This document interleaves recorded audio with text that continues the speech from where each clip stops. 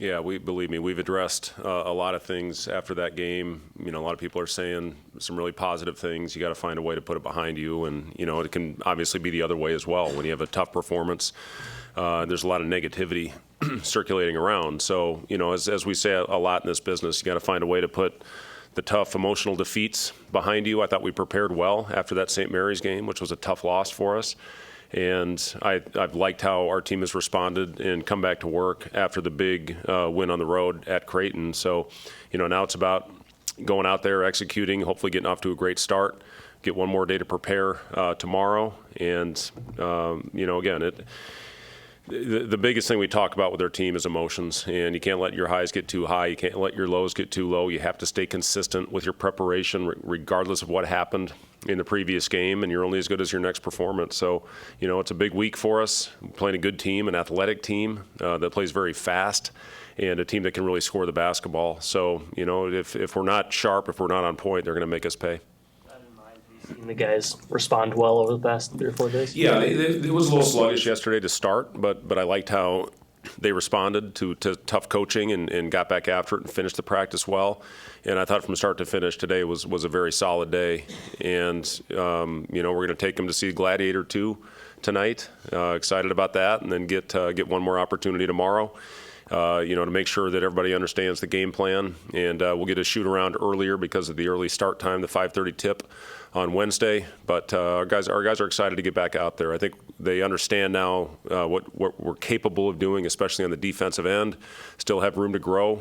Offensively, we're doing some good things, getting to the free throw line, getting into the paint.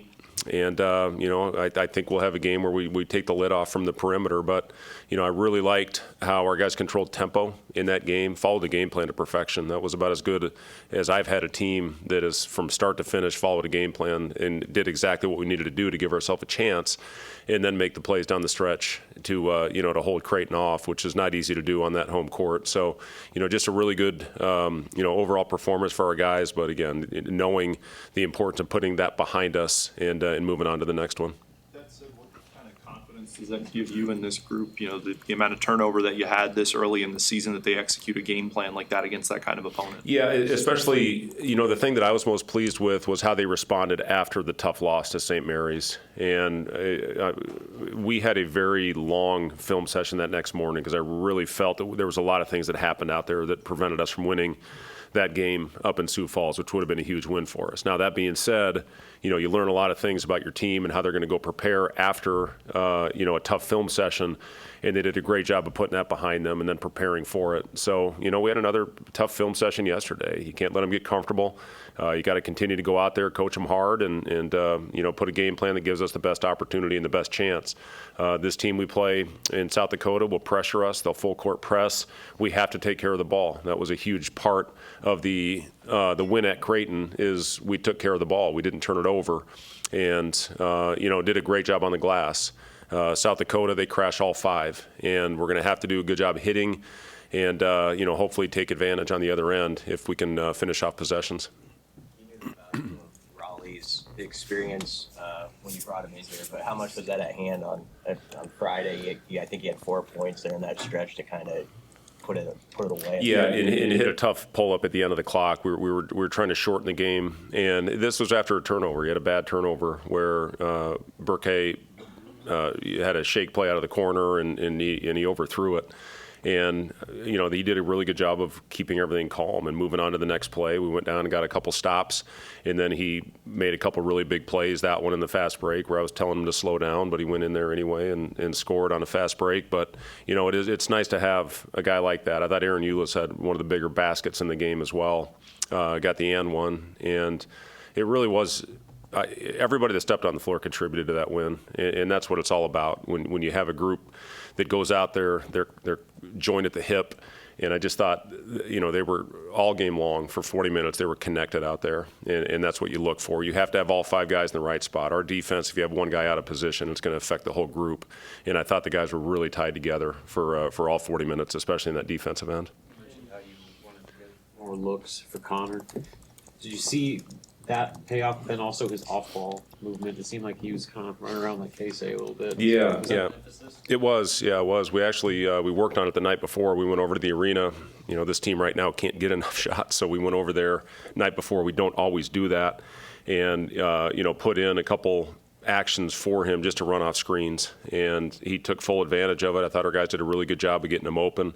Aaron Eulis had a great bottom hip screen. You know, screening angles are very important in that new set that we put in for him. And the thing I was really pleased with Connor is how he was getting to the rim and finishing in there and hitting his floaters. And you know, he kind of alluded to Casey. That's where he, in the how many years we have him? 3 years of Casey, his growth from becoming just a three-point shooter to getting in the paint to where he was second in the Big Ten in two-point field goal percentage. I think that was the year before, but you know, it just speaks to the growth of his game and the development of his game, and Connor's really worked on that. He worked on it hard this summer of getting in there. The way Creighton plays, you have to take some of those mid-range shots. I know I talked about that after the game the other day, and you know, Bryce was the first half, and then Connor got it going in that little area in the second half. But the way Kalkbrenner sits in the paint and the way they chase you in there, you have to be able to knock down some of those shots. And preparing for South Dakota, have you been able to lean on Andrew at all as a guy who was in their conference for a few years? Not really. I mean, the way they're playing right now, I think is a little different than when Andrew was there. But you know, the one thing that he does know is how good that league is. And you know, like I said, if you're satisfied, if you go out there and you have a little hangover from the Creighton game, it's not going to end well. And again, we've tried to warn our guys and talk to our guys a lot about that these last couple games. But you know, that's the one thing Andrew can let our guys know is that's a really good league that's got very good coaching. And you know, the way they've built this roster, I'm really impressed. They are very athletic. They got a lot of guys that can make shots. It's similar to me a little bit to the Rio Grande, you know, UT Rio Grande Valley that we played in that opening game. And obviously, you see what they've done, almost knocking off Wisconsin, who's been unbelievable this year, and playing Creighton and us tight. They do remind me of that team, the way they rebound, the way they're relentless, the way they've got multiple guys that can knock down shots. So this is going to be a tough test for us Wednesday, and we got to be on point. In the post game, you mentioned Juwan's leadership last week. Was that him taking it actually to another level than it had been at, or? 100%. Yeah, his voice was the most consistent it's been since he's been here for multiple days in a row. He's had his moments, but I was just really impressed with Juwan, not only leading into that game, but in the huddles in the locker room at halftime.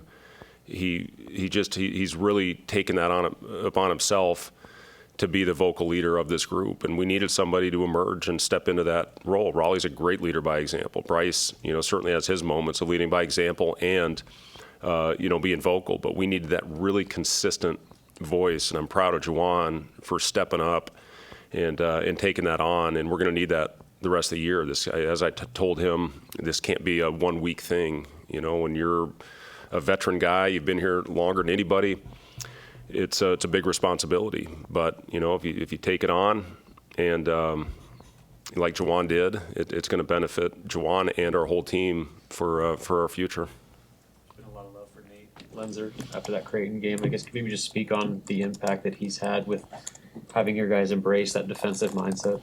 Yeah, rightfully so on the praise that Nate Lenzer is getting. I'm just telling you guys, you see him on the sideline, you see how energetic he is. I asked if his rotator cuff was okay by telling our guys to get back and transition after that game, but that's how he is in practice. You know, it's every day. It's shoot around. He's never off. You know, I talk about a lot of players that are like that, but you know, from a coaching perspective, you know, when your main emphasis is defense, you have to have an unbelievable motor, and that's what Nate does.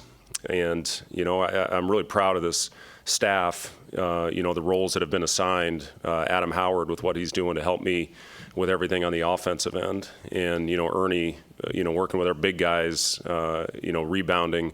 He does all our special teams stuff, but you know, Nate putting that game plan together and you know, going over it with me, and you know, talking about the things and you know, where are the soft spots, where can Creighton hurt you, and you know, we just felt like we had to take away the paint.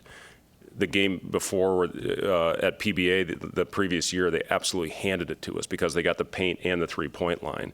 We just really wanted to take away the paint. If they got it going, we probably were going to have a tough time winning that game, but we just felt we had to eliminate easy baskets.